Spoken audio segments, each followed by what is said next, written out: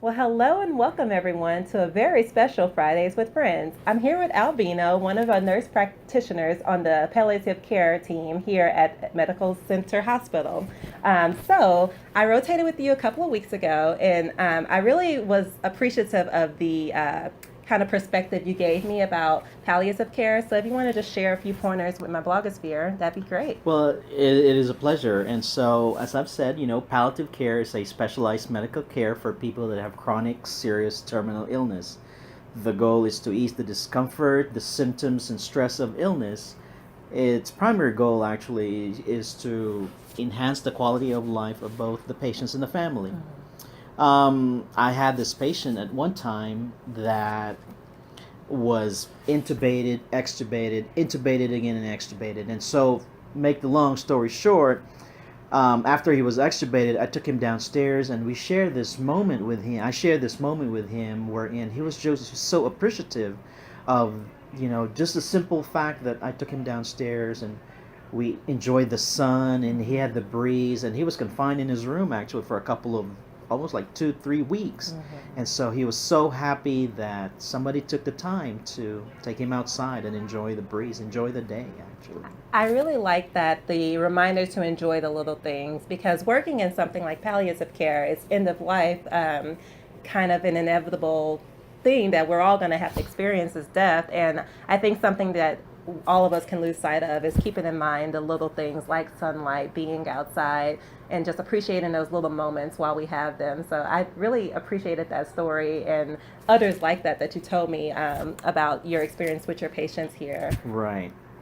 And so, and at one point, yeah, he was coloring a book actually in his room, and I went in there and spent time with him just coloring. And so, all of a sudden, he blurts out like, "Do you know what I need?" And I said, "No, I don't have any idea." And he goes, "Well, I need two organs." Well, this patient actually, he had pulmonary hypertension, he had COPD, he had a lot of comorbidities. But then he said, "I need two organs," and I said, "Okay." And I put my pen down and I let him expand what he was talking about. So he said, "I need a heart and I need a lungs." And from there, it was just that moment that he shared this very intimate knowledge of his condition that eventually he is going to pass. But he took the time to say, "Hey, I know that my time is running out." So, That's another thing, just kind of being patient and allowing the patient to catch up with what we have expressed from medical points of view and allowing them to really come to terms with their inevitable death, I think is another, it's an art in a way, because just seeing how you were speaking with the patients in a story such as that, where doing something kind of as off topic as coloring, they just kind of come to terms with the reality of the situation in a very peaceful way, it seems, when you take the right. time to spend that time with them. Exactly.